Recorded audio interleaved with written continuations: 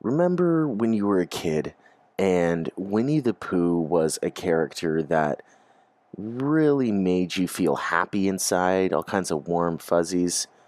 Yeah, this ain't your Winnie the Pooh.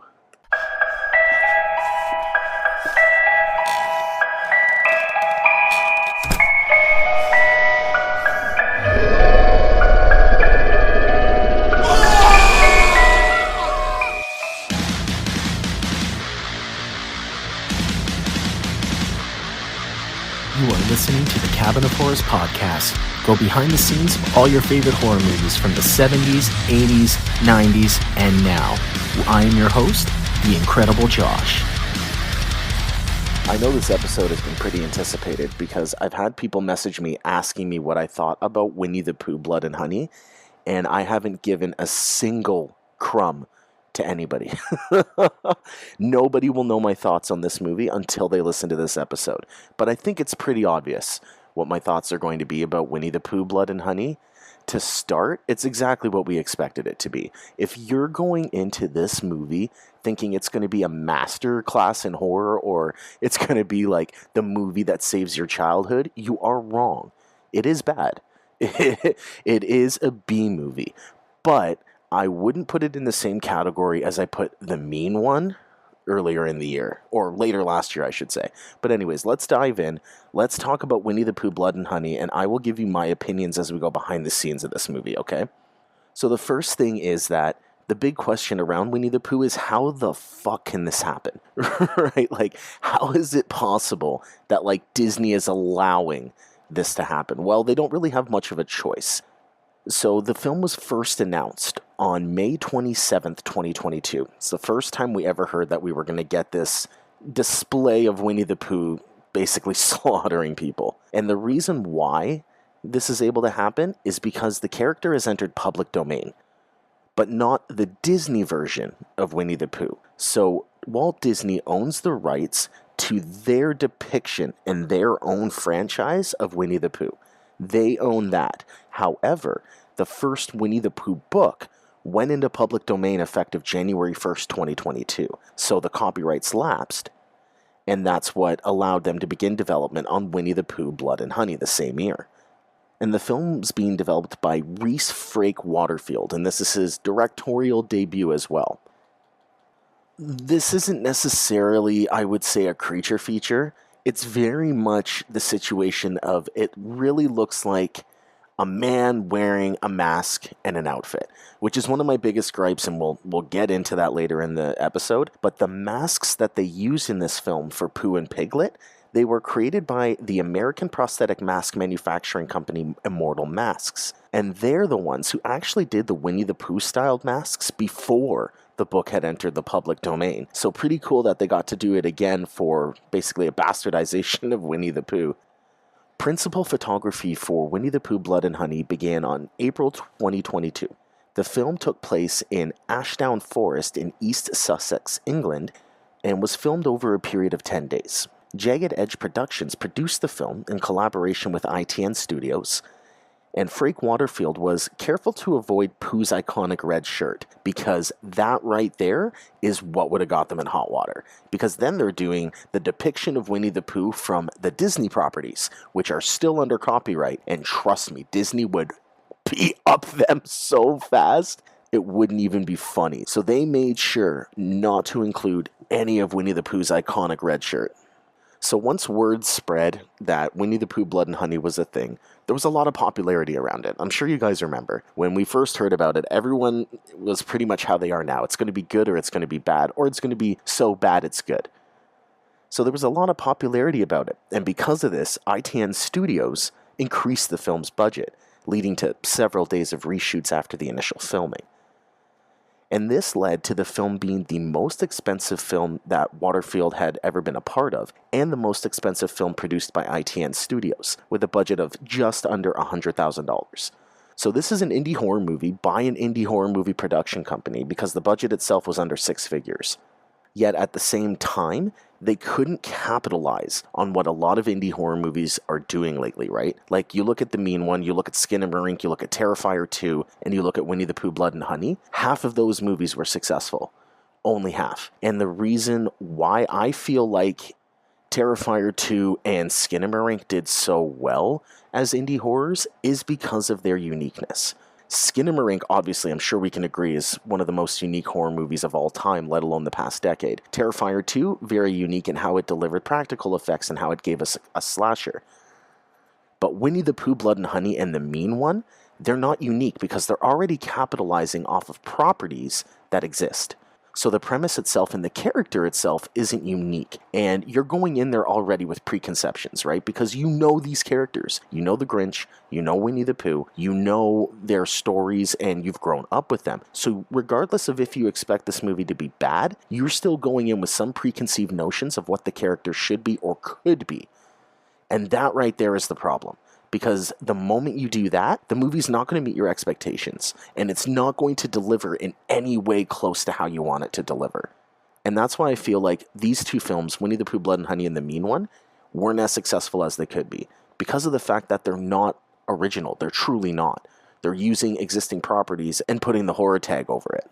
Although I will give Winnie the Pooh, Blood and Honey credit where it's due, because the music in this film was bar none. It was actually really well done. And if you remember from previous episodes of the podcast where I talked about how important music is in a horror movie, because it really is, and it's important in movies in general, not just horror. I truly believe that music is what sets the mood, it sets the tone, it sets an atmosphere. It also foreshadows, or could foreshadow, what's next to come in the film. So the music, they did really well in Winnie the Pooh, Blood and Honey. And the music was done by an American composer named Andrew Scott Bell. And on July 14th, 2022, Bell actually uploaded a video to his YouTube, and it's titled Winnie the Pooh, Blood, Honey, and Violins. And this documented how he drove from Los Angeles to San Francisco with his manager Mike Rawson to collect a honeycomb-filled violin from an experimental luthier so that they could actually compose the film's soundtrack. And that's really how they got that tone of the movie, because the music in Winnie the Pooh, Blood and Honey really does set a tone, and it really does make you feel encapsulated in the environment while it's still being B at the same time. Like, don't get me wrong, despite what I say about this film, it is a B movie. It is literally the template of a B movie. There is no way around it. Now, Winnie the Pooh, Blood and Honey was actually originally planned to be released last year. The original plan for the film was to release in October of 2022, but because of the increased publicity surrounding the film and the reshoots they needed to do, they changed it to a 2023 theatrical release. And that right there was probably one of the best decisions they made on this film. Because if this movie released in October of 2022, could you imagine how unsuccessful it would have been? Because it would have went up against Halloween Ends and Terrifier 2. This film would not have survived if it released in October, and I believe that that is a big reason why they changed it to a 2023 theatrical release, because it would not have survived against Terrifier 2 and Halloween Ends. Despite how much you all know I hate Halloween Ends, it would not have survived. That movie still made, what, $200 million? Halloween Ends? Like, it would not have survived. So good call on them for changing the theatrical release to this year. The premiere of the film took place in Mexico on January 26, 2023, and was released by Cinemex. Originally, it was set to be released for a one-day event across theaters in the United States, as well as the UK and Canada, and this was to take place on February 15, 2023, with Fathom Events and Altitude Film Distribution.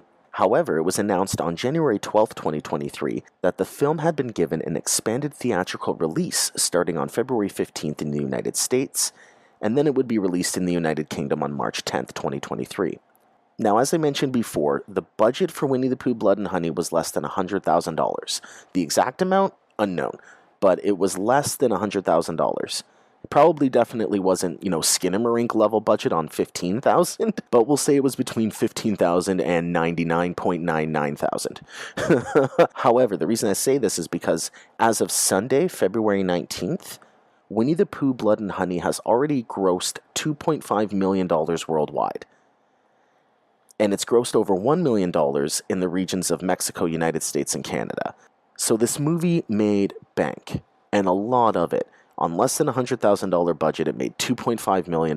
But the reason, and this is my opinion, of course, guys, the reason why I believe it made this much money was because they had the Winnie the Pooh tagline on it. If this was a everyday, normal, run-of-the-mill B-movie slasher, it wouldn't have made this money. There's no way in hell. There is nothing unique enough about this movie to have made that much money. They literally got that much bank because they took a beloved children's character, they gave him a weapon, and told him to start murdering humans. And people wanted to see it. I wanted to see it. I can't blame anyone who wants to see it.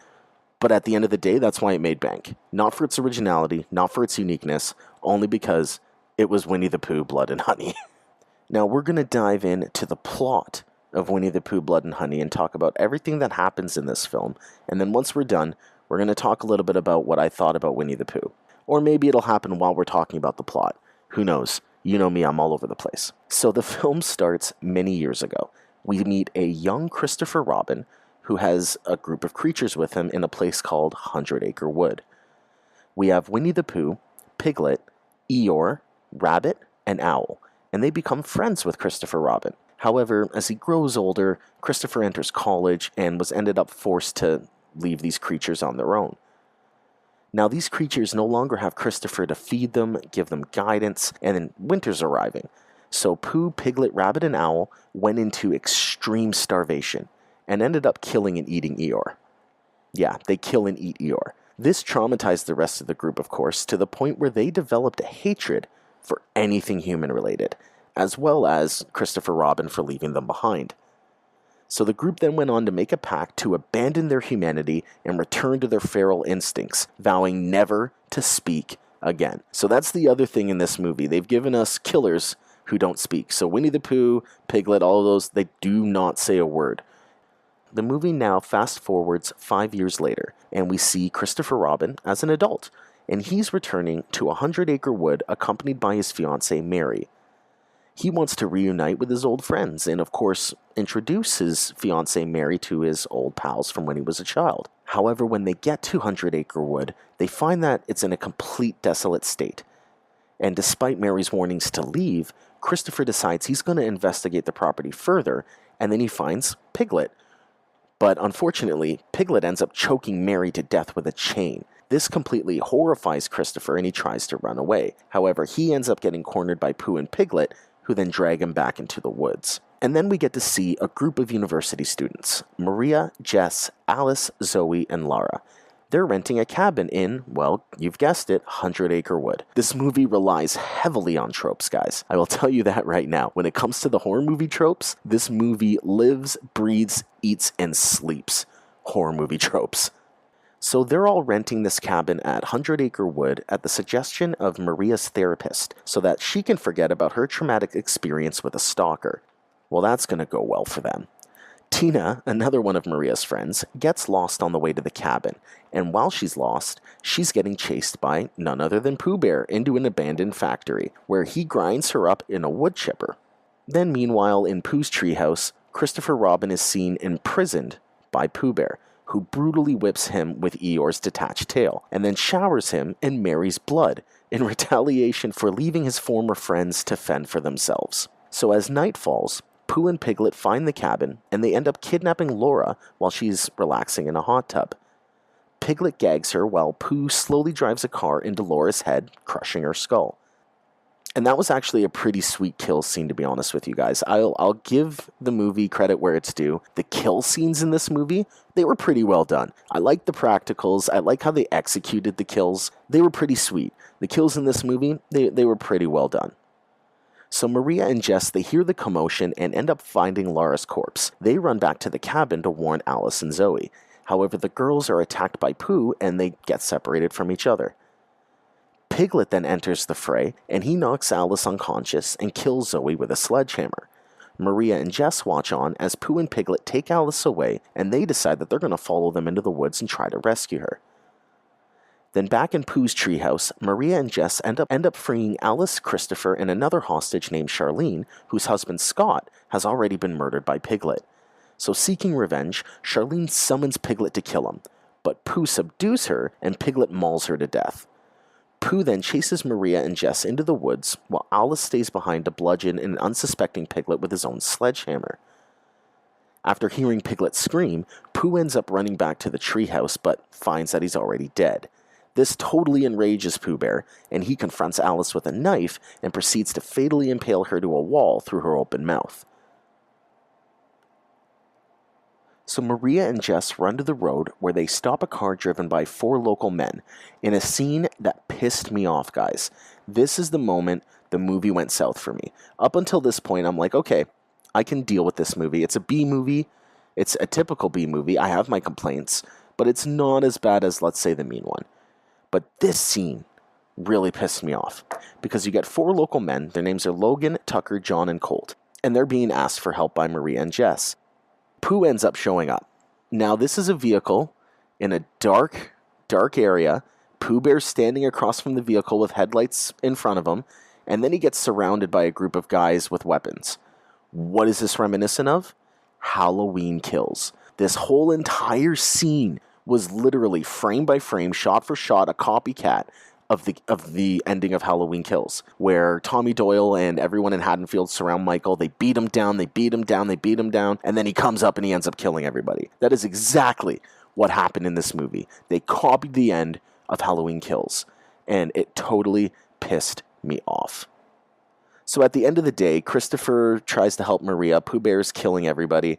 And he ends up catching up to Christopher and Maria, and he's preparing to kill Maria with his knife. But Christopher pleads with Pooh Bear to spare Maria's life, and vows that he'll spend the rest of his life in 100 Acre Wood with him. Pooh breaks his vow of silence and says, "You left," to Christopher, and then slices Maria's throat. After Maria slowly bleeds to death, Christopher flees into the woods while Pooh repeatedly stabs her corpse. And that right there is the end of the film. That is how they ended Winnie the Pooh, Blood and Honey. So Piglet's dead. Pooh Bear is the only surviving member, and we do know that at this point, there will be a sequel to this movie. They are building a franchise on top of all the things that are going to ruin your childhood. Now, my thoughts on this movie, it wasn't as good as it could have been. Again, same complaint with The Mean One. They didn't embrace the camp. They tried to be too serious with this film. We're all going into this knowing it's not going to be good and that it's going to be hopefully so good it's bad. Right? That's what a lot of people on Instagram were telling me, is that they're going to see it because they want it to be so good it's bad. And so did I. I really did. But it's just a typical B movie. Like I was talking about in the Nightmare on Elm Street review that we had just done. In Nightmare on Elm Street 2, they almost casted a stuntman, just a normal stunt double, in the role of Freddy Krueger to wear the mask and everything. And this movie really goes to show that whoever is behind the mask is important. It is crucial to make sure whoever is wielding the mask of your killer can actually act.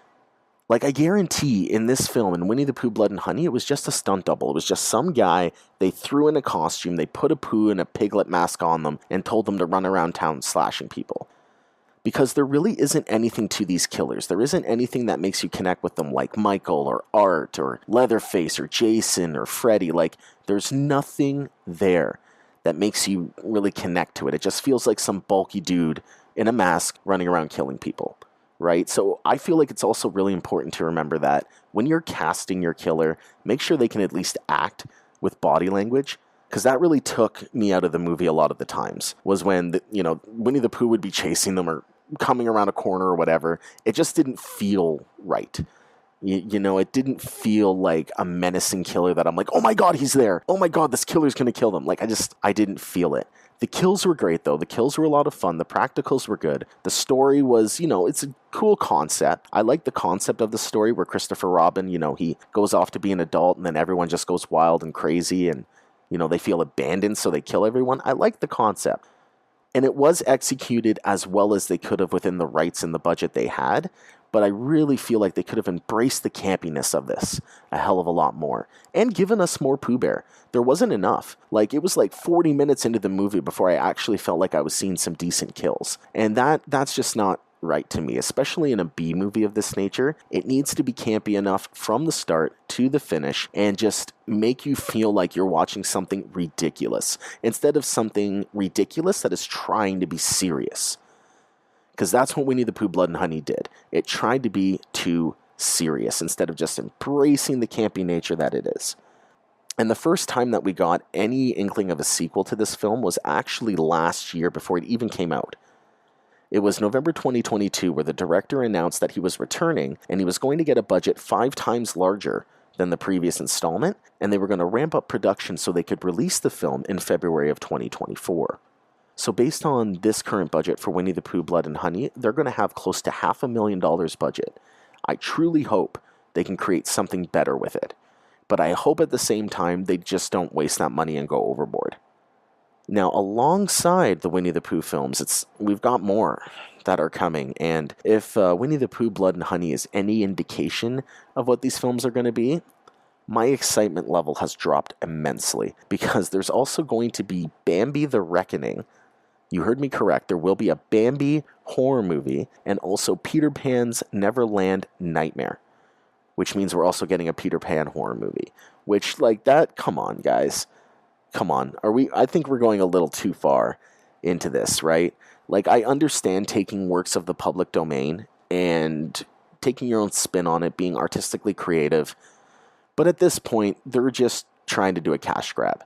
They're just really trying to do a cash grab on horror fans, and I'm not here for it. I'm just not going to engage or participate in this any longer because it's ridiculous. Like, by supporting these films and by paying for them, we are saying that we no longer want original content. We need original content in horror. We don't need to take previous IPs and reimagine them in the horror genre. What I don't understand the most is that Terrifier 2 proved that you can be original in horror while still using the tropes and still hitting the points that other horror movies have hit, but be original and unique. And that's why, like, I know that Terrifier 2's probably ruined many indie horror films for me and many new slashers to come, but it's true. It's true in originality, and it's true in the fact that if you are original in horror, people will love it. People will accept it. And you'll make money. Look how much money Terrifier 2 made. But no, we're still rehashing the same IPs. Like, if you look at this year in horror, 2023, we thought 2022 was going to be the year of reboots and prequels. No, 2023 is the horror movie year of reboots, prequels, sequels, franchise movies, right? Like, what do we got this year? We got The Exorcist, we've got Saw 10, we've got Maxine. Like, there's so many franchise movies coming out this year and not enough unique ones. Though Cabin in the Woods looks good. I don't know if anyone has seen The Cabin in the Woods yet with Dave Bautista, the M. Night Shyamalan one. I've heard a lot of good things about that, and I've heard it's a unique horror, so I'm going to check that one out and maybe review it in a future episode. So that wraps us up for our Winnie the Pooh review of the episode, and we're going to head into our 80s Decade in Review series. We are now in the year 1985, and we're going to talk about an iconic horror movie that still remains a cult classic to this day and even spawned a remake. We are talking about Fright Night. And Fright Night was directed by Tom Holland, who, while writing the script for Cloak and Dagger, amused himself when he conceived the idea of a horror movie fan becoming convinced that his next-door neighbor was a vampire. But he didn't initially think that this premise was enough to sustain a story, thinking, what's he going to do because everyone's just going to think he's mad. So the story kind of brewed in Holland's mind for a year, and then finally one day when he was discussing it with John Byers, he finally figured out what the boy would do. And in that era, there was many local TV stations in the US that had horror hosts, right? There was Sven Gulli, there was Elvira, there was Joe Bob Briggs, a lot of horror hosts. So Holland decided that it would be natural for the boy to seek help from his local horror host. And once he'd conceived the character, Holland knocked out the first draft of the script in about 3 weeks, and he was laughing the entire time. He was literally on the floor kicking his feet in hysterics, apparently. And of course, the Peter Vincent character in Fright Night was named after the two horror icons Peter Cushing and Vincent Price. And specifically, Holland had actually wrote the part for Vincent Price, but because at this point in his career, Vincent Price had been so badly typecasted in horror that he had just stopped accepting horror roles, period. So he wasn't casted in Fright Night, unfortunately. But then one day, Chris Sarandon received a copy of the script from his agent, and he replied, "There's no way I can do a horror movie." But he decided that after he gave the script a once-over, he was immediately captivated by it. In a quote from Chris Sarandon, he says, "I thought this is one of the best scripts I've read in a long time. Beautifully constructed, it was obvious that this was a labor of love. It was clear that the writer-director's approach to it was one of wanting to have fun with the genre without making fun of it, and the characters were beautifully drawn." And Sarandon was worried because he was being typecast as a villain at this point. There was a lot of movies around this time where, Chris Sarandon was a villain. But the script resonated with him because the story was deeper than just your average monster movie. And although he liked the screenplay, he was still a little weary of working with Holland because he was a first-time director. So he flew to Los Angeles to meet Tom Holland and the producer, where he immediately built rapport with Holland. And Sarandon was in awe that Holland had the film so completely mapped out that he literally was able to describe the movie shot by shot all the way through. Once the cast was in place, Holland got input from each of the actors and made numerous revisions to the script. Some were slight, some were major, such as the ending. It originally featured Peter Vincent transforming into a vampire as he returned to host Fright Night. And the cast and crew were given the luxury of having 2 weeks of rehearsal time in late November 1984 prior to filming. Holland blocked out the scenes on a soundstage, and the cast performed the entire film like it was a stage play. And Holland had begun his career as a classically trained actor, so he encouraged the cast to write biographies of their characters so they would understand the motivations more and be able to draw on that information while they were filming their scenes. Principal photography of Fright Night commenced on December 3rd, 1984, and wrapped up on February 23rd, 1985.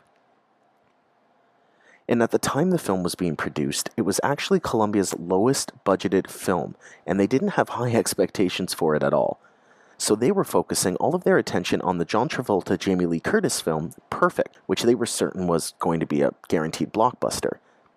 This allowed Holland to really make the film as he wanted it to, without studio interference. Filming went off without a hitch, but there was a few mishaps that occurred. There was an incident in which Ragsdale broke his ankle while running down a staircase, so the schedule had to be reorganized, but filming continued.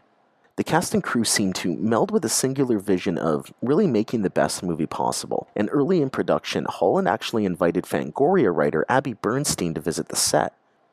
Now, one thing about Fright Night that's really well done was the makeup and visual effects, right? This movie had some really cool visual effects and practicals. It was great. And at the head of this was Richard Edlund, and his team had just completed work on Ghostbusters, which of course worked to the advantage of Fright Night, because they had made all of the mistakes that they needed to with Ghostbusters in that huge budget, so they really knew what they were doing with the special effects side of things when they came onto Fright Night. And apparently the most excruciating part of the makeup process for the cast was the contact lenses, because in those days contact lenses were hard plastic. The cast could only wear the contacts for a maximum of 20 minutes because they were virtually blind in them, and they were thick, they were painful, they dried out their eyes. It just didn't make for a good time. There was also a set of contacts made for Stark to wear when he was in his final pursuit of Peter and Charlie, but he kept tripping on the stairs because he couldn't bloody see. So Holland told him to take one out, and he was then able to perform the scene effectively. For the transformation sequences, it took up to 8 hours to prepare the makeup for Chris Sarandon, and he was completely uncomfortable the whole time that he was sitting in that chair doing nothing. And since he had experience doing his own makeup for his work on the stage, he volunteered to help along the way. He did some of the stippling, and while the makeup men were applying prosthetics to his face and his head, he would work on the finger extensions. And Sarandon often joked that the rubber fingers caused difficulties whenever he had to go to the bathroom, so costume supervisor Mort Schwartz constantly offered to help him. The makeup for Evil Ed's wolf transformation took 18 hours in total, and while he had the wolf head on, the crew began pouring what they thought was methylcellulose in his mouth to try to create the illusion of saliva. But Jeffries began to complain about the taste, and they realized that they actually were using a prosthetic adhesive, which was gluing his mouth shut. So that's an unfortunate circumstance, and definitely a lawsuit. That sucks. Could you imagine thinking that you're pouring something in your mouth, but it's actually prosthetic adhesive that's gluing your mouth shut? That's frightening. Fright Night went on to make its theatrical debut on August 2nd, 1985, and the budget was between $7 million and $9.25 million. There's not a hard or fast number on the budget for Fright Night. And it was released in 1,545 theaters, and it made $6,118,543 on its opening weekend. Domestic gross came into $24,922,237. And it was the best performing horror movie released during the summer of 1985, and the second highest grossing horror film of 1985. Of course, we know what the highest grossing horror film of 1985 was, because we talked about it, A Nightmare on Elm Street 2, Freddy's Revenge.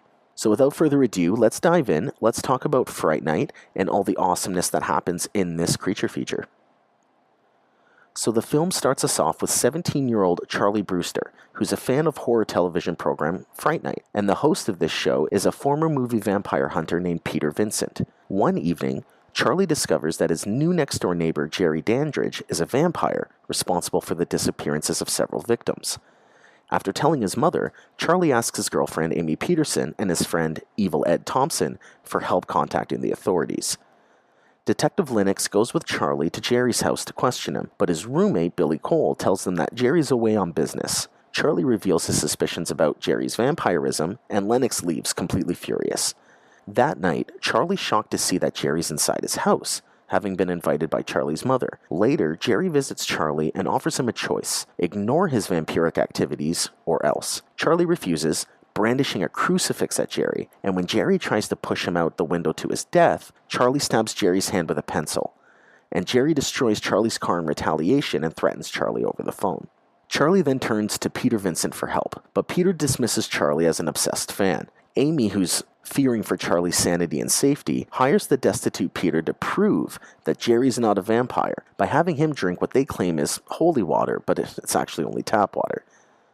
Jerry has claimed to Peter that drinking actual holy water would be against his religious convictions. And then Peter discovers that Charlie's right about Jerry's true nature, after glancing at his pocket mirror and noticing that Jerry didn't have a reflection.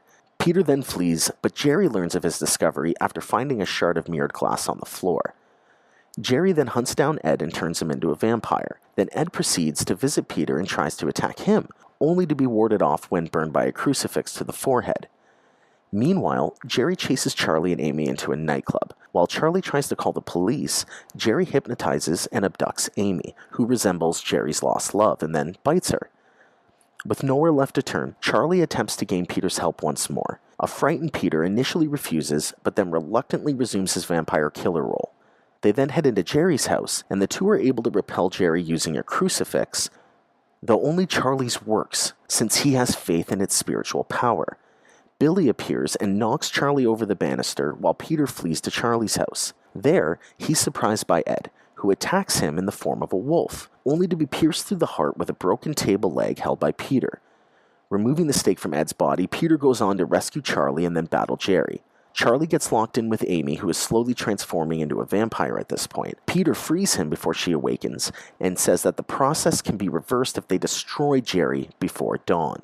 Billy confronts Charlie and Peter and is revealed to be undead. They destroy Billy, who melts into goo and sand, and Peter's able to lure the overconfident Jerry in front of a window using a crucifix. And this works now because he has renewed faith in his abilities. As the sun rises, Jerry transforms into a bat and attacks Peter and Charlie before fleeing to his coffin in the basement. Charlie and Peter pursue Jerry. The latter breaks open Jerry's coffin and tries to stake him through the heart, while Charlie fights off Amy, who's almost completed her transformation at this point. And by breaking the blacked-out windows in the basement, Peter and Charlie expose Jerry to the sunlight, destroying him and returning Amy to her human form. A few nights later, we see Peter returns to his Fright Night TV series and announces a hiatus from vampires, presenting a film about alien invaders instead. Charlie and Amy watch the program as they embrace in bed. Charlie gets up to turn off the TV and glimpses red eyes in Jerry's now vacant house, but he just dismisses them. But unbeknownst to both Charlie and Amy, a new neighbor has just moved in. And that's the ending of the iconic 1985 film Fright Night, starring Chris Sarandon, which of course is an icon, right? Like, not necessarily a horror icon. He is, obviously, because of his role in Fright Night, but the dude's just an icon in general. Princess Bride, A Nightmare Before Christmas. There's just so much that Chris Sarandon has given us, and he's just so amazing. I love Chris Sarandon personally. He's a great actor. Fright Night was a great movie. It's a really fun kind of just creature feature to watch if you want to have something on that's just fun. Like, it is, it's got its moments where it can be scary, and it's definitely in the horror film category, but it's a fun horror movie. It's a really fun movie to just watch, enjoy, and revel in the greatness that is Chris Sarandon. But that wraps us up for this episode of the Cabin of Horrors podcast. Thank you all so much for tuning in. I hope you enjoyed going over Winnie the Pooh, Blood and Honey, and Fright Night. And don't forget, we are launching a brand new project on Twitch April 13th called Nightmare on the 13th. If you haven't followed me on Twitch yet, make sure you go over to twitch.tv/Cabin of Horrors, hit the follow button so that when it does happen, you'll get notifications when we go live on April 13th. And also make sure that you follow me on Instagram. You'll get all of the up-to-date information on the podcast, and I usually reveal on either Thursday or Friday what the next episode of the podcast is going to be. So if you want to be in the know, make sure you're following me on Instagram, instagram.com/Cabin of Horrors podcast. That wraps us up for today, but I'll be back again next week with a brand new episode going over one of our favorite horror movies. What will that be? Gotta follow me on Instagram to find out. And until next time, see you in the shadows.